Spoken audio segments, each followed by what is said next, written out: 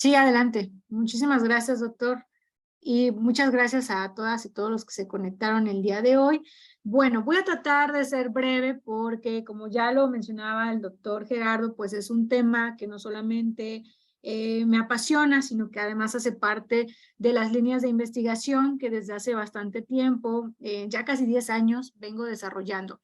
Bueno, ¿qué es el sistema penitenciario y cuál es la perspectiva del mismo en nuestro país?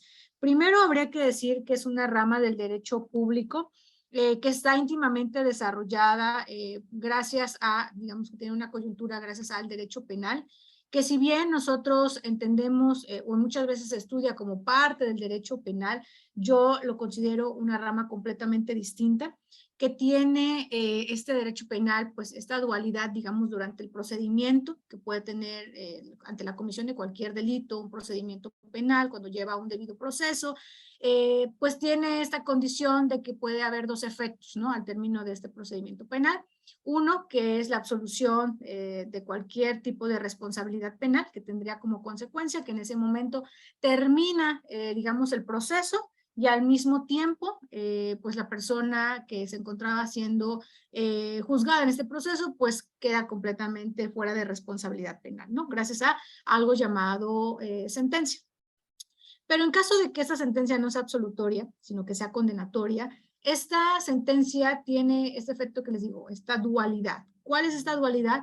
Que en automático, cuando la pena, la sentencia, da fin al proceso penal, cuando esta es condenatoria, en automático da inicio a una nueva etapa que se llama derecho ejecutivo penal, o también conocido como sistema penitenciario, que yo lo divido porque tiene dos condiciones diferentes.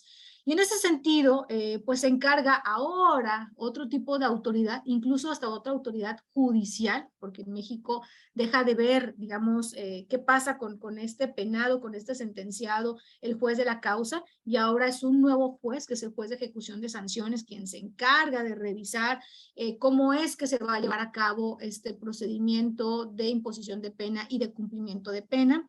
Esta persona es trasladada a un centro penitenciario. Y ahí es donde les digo que se parten estas dos disciplinas. Por un lado, tenemos al sistema penitenciario mexicano, que es la parte de la infraestructura, de la vigilancia penitenciaria, es decir, es aquella institución que se va a encargar de proteger, de cuidar y de revisar el cumplimiento de las penas y medidas de seguridad. ¿Okay? Entonces, digamos que es la parte más administrativa, en todo caso. Y luego tenemos al derecho ejecutivo penal, que en el caso de esta pena o esta medida de seguridad, se encarga no solo de su cumplimiento, de su observancia, sino también de que la pena se pueda computar respecto a dos características primordiales. Una, que es en función a lo que establece el artículo 18 constitucional, que tiene que tener como finalidad última la reinserción social, que la pena en México debe de perseguir la reinserción social. Y esto en atención porque en nuestro país, que es tiene un sistema garantista y que además está dado en función del respeto a los derechos humanos, la pena no se impone, aunque no lo pareciera, solo por castigar, ¿no? En el ámbito penal se le conoce como la última ratio. ¿Qué significa esto? Que la prisión debe ser la última razón que tiene el Estado para sancionar. Antes de eso debe de haber otro tipo de estímulos, otro tipo de mecanismos que puedan servirle tanto al Estado como al sistema de imposición de penas y medidas de seguridad para poder vigilar el cumplimiento de las sanciones o bien para cumplir con las penas, ¿no? ¿Qué es lo que sucede en nuestro país? Sucede que tenemos algo llamado, o bueno, que desde la academia llamamos como obesidad punitiva. Es decir, en México se castiga mucho, es decir, casi todas las penas y medidas de seguridad imponen pena privativa de la libertad, es una pena corpórea, por así decirlo, y además de que se castiga mucho, la gran mayoría de los tipos penales, aun y cuando consideran uno o dos diferentes tipos de pena, casi siempre la que se elige, digamos la que les gusta, es la pena privativa de la libertad. Es decir, hemos mutado de esto que sería la última razón, la última ratio, a la prima ratio. ¿Qué significa? Significa que lo primero en lo que pensamos cuando hablamos de ejecución penal o cuando hablamos de un castigo efectivo para aquellas personas que delinquieran, pues es la pena privativa de la libertad.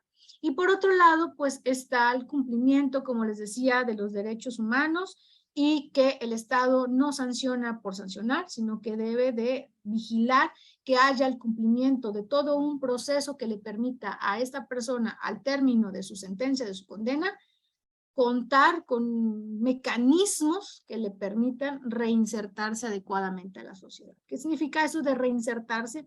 Pues básicamente que cuando esta persona salga o cumpla su pena de privativa de la libertad, pues no vuelva a cometer conductas delictivas, ¿no? Que pueden ser del mismo tipo o de otro tipo.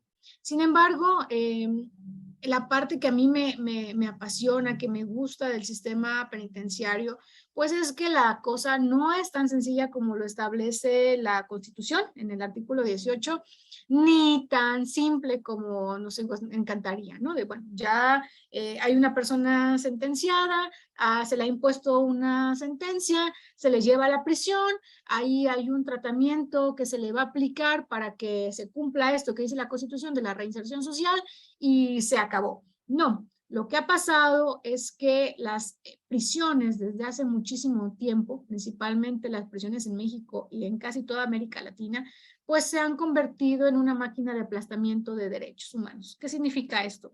Significa que aun y cuando estas personas cometieron delitos, podemos pensar los delitos más innombrables, los peores delitos que ustedes puedan imaginar, esas personas ya recibieron una pena, que es que pues la privativa de la libertad. Es decir, ya no debería de haber una pena acumulativa adicional a esta.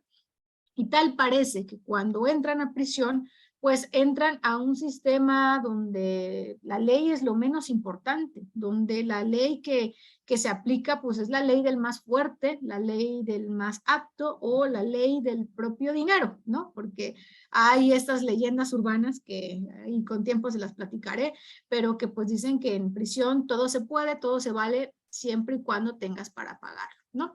Entonces, digamos que el panorama, la realidad que se vive en las cárceles del país, tanto para prisiones del Foro Federal como las del Foro Común, tanto las prisiones femeniles como las varoniles, pues es una ausencia total de derechos humanos, donde hay algo llamado autogobierno, que es básicamente que los grupos de delincuencia organizada o las células criminales que tienen todavía injerencia dentro de prisión, pues son las que terminan imponiendo estas reglas, donde también les ha autonombrado a las cárceles como las famosas universidades del crimen, porque se dice que una persona cuando entra a prisión no solo no se reinserta, sino que termina aprendiendo conductas delictivas peores y además aunado a una condición muy importante que es el hecho de que en México tenemos un gran número de personas privadas de la libertad. Hasta 2022, de acuerdo con datos oficiales, tendríamos un total de 222.369 personas privadas de la libertad. Que tal vez ustedes piensan, bueno, si lo comparamos con el número de habitantes que somos en el país, más de 120 millones, pues a lo mejor no son tantos, pero digamos que si lo comparamos frente a la tasa de incidencia hacia el incremento de los delitos en nuestro país y principalmente hacia el número de delitos y el número de casos y de investigaciones que atiende el propio sistema de justicia penal en México, nos daremos cuenta que es un número demasiado elevado. También considerando el número de personas que se encuentran privadas en otros sistemas en América Latina y en el mundo. Es decir, después de Brasil, somos el país latinoamericano que más personas privadas de la libertad tiene, y después de Brasil y luego Estados Unidos, somos el país, digamos, a nivel América, con más personas privadas de la libertad. Es decir, no tenemos un lugar honroso, digamos, en estas cifras, ¿no? ¿Y qué más también? Bueno, mucho se ha dicho gracias a lo que los organismos internacionales y los organismos autónomos acá en México de vigilancia de derechos humanos, pues que han hablado y que han estudiado y que de alguna manera se han podido meter a las cárceles a realizar informes, pues han dado muestra de lo que realmente sucede en las cárceles, ¿no? Que que es esta condición que les da de privación de derechos humanos, pero también una condición que va más allá de toda dignidad y que va más allá de toda condición que cualquier persona debería de padecer, ¿no? Uno es que hay sobrepoblación en la tercera parte de prisiones del país, tanto las del fuero federal como las del fuero común, y además en la gran mayoría de ellas, casi un tercio, la atención de salud es deficiente, ¿no? Condiciones de higiene son muy precarias, en muchas no hay ni siquiera agua potable, y si hay agua, pues esta no cumple con las condiciones necesarias para ser ingerida. En muchas otras pues no hay medicamentos, o no hay atención de salud adecuada, o en el caso de las mujeres, por ejemplo, muchas internas han revelado, han dicho que ni siquiera tienen acceso a toallas higiénicas, por ejemplo, papel de baño, jabón, qué sé yo, cualquier tipo de artículo de higiene personal que debería de ser provisto por la institución y que en muchas ocasiones debe ser provisto por la propia familia. Y si se tiene familia, y si no se tiene familia, adentro hay todo un negocio de cómo se puede tener acceso a eso y más cosas, ¿no? Como les decía. También el INEGI decía que casi la mitad de los internos comparten celda con más de 5 personas en espacios donde usualmente es una celda para 2, es decir, hay una sobrepoblación y en muchos casos hay un hacinamiento, que es cuando pues se rebasa el cupo mínimo y máximo que debería de tener una prisión para albergar. También decía el INEGI que el 30% de las prisiones no tiene acceso a agua potable en sus celdas, que el 8% recibe artículos de higiene por parte de las autoridades penitenciarias, solamente el 8%, es decir, el 92% restante lo consigue quién sabe cómo. Y además un informe que también publicaba la propia ONU, que hace visitas periódicas a las prisiones en México, pues decía que justo en esta pandemia, ninguna prisión en América Latina, imagínense, ninguna, estaría en condiciones para albergar a personas contagiadas por COVID, ¿no? Y eso de incluso dio una alerta muy importante ahora con la pandemia, porque muchas prisiones dijeron, bueno, como no podemos controlar esto, pues cerrémosla, o sea, que nadie entre y nadie salga, y eso lo único que generó pues fue caos, ¿no? Incluso en algunas prisiones hubo hasta amotinamientos al que se les impidiera a las familias poder visitar o saber cómo estaba su familia. Además de que, por supuesto, hubo personas contagiadas, hubo incluso personal de custodia penitenciaria contagiada e incluso hubo decesos. Y bueno, ¿cuál es la realidad de las cárceles? Y un poco ahí le voy a dejar para que ustedes también hagan preguntas por si tienen alguna duda. Pues que son condiciones que van más allá de las condiciones mínimas que debería de establecerse de acuerdo con las reglas de Mandela, que son unos acuerdos internacionales suscritos por la propia ONU que establecen las directrices mínimas, o sea, lo mínimo indispensable que debería de tener un sistema carcelario, una prisión en particular, para albergar personas. Y a lo que yo apelo todo el tiempo, porque muchas personas me hacen esta pregunta de, pero ¿por qué te gusta un tema que de alguna manera defiende los derechos de las personas que no han tenido piedad para violentar los derechos de las demás personas?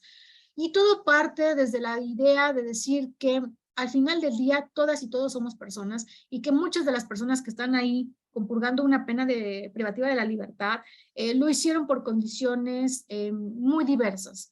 Muchas de esas condiciones tienen que ver con la enorme brecha de desigualdad que existe en nuestro país y de la falta de oportunidades y por supuesto que sí, también del enorme incremento de incidencia delictiva y de crimen organizado que ha existido en nuestro país. No quiero decir que las personas que están en prisión son blancas palomas, pero finalmente, como les decía hace un rato, la pena en sí es la privación de la libertad. O sea, no debería de existir una pena anudada digamos, a lo que ya existe en sí, porque eso básicamente convertiría a nuestro Estado en un Estado autoritario, dictatorial, que no asume lo que establece el propio instrumento penal y que por lo contrario lo que hace es imponer sus propias reglas y castigos, ¿no? Que eso sería, digamos, ejemplo de lo que no se debería de observar en un Estado de Derecho como el que se supone que es el nuestro. Y por lo otro, porque Muchas de estas personas que están en prisión, casi el 80%,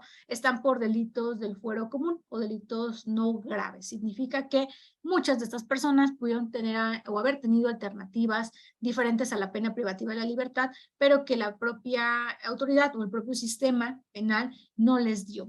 Y muchas de estas personas también, porque hay realidades y hay historias atroces, a veces están ahí y no merecían estar ahí, ¿no? Hay muchas historias de eso. Entonces, por eso y por muchas otras condiciones, específicamente porque hacemos parte de un sistema de justicia que se presume garante, que se presume respetuoso de los derechos humanos, no tendríamos que imponer penas más allá de lo que la propia ley establece, y el propio sistema carcelario debería de garantizar las condiciones mínimas para que estas personas estén albergadas en prisión.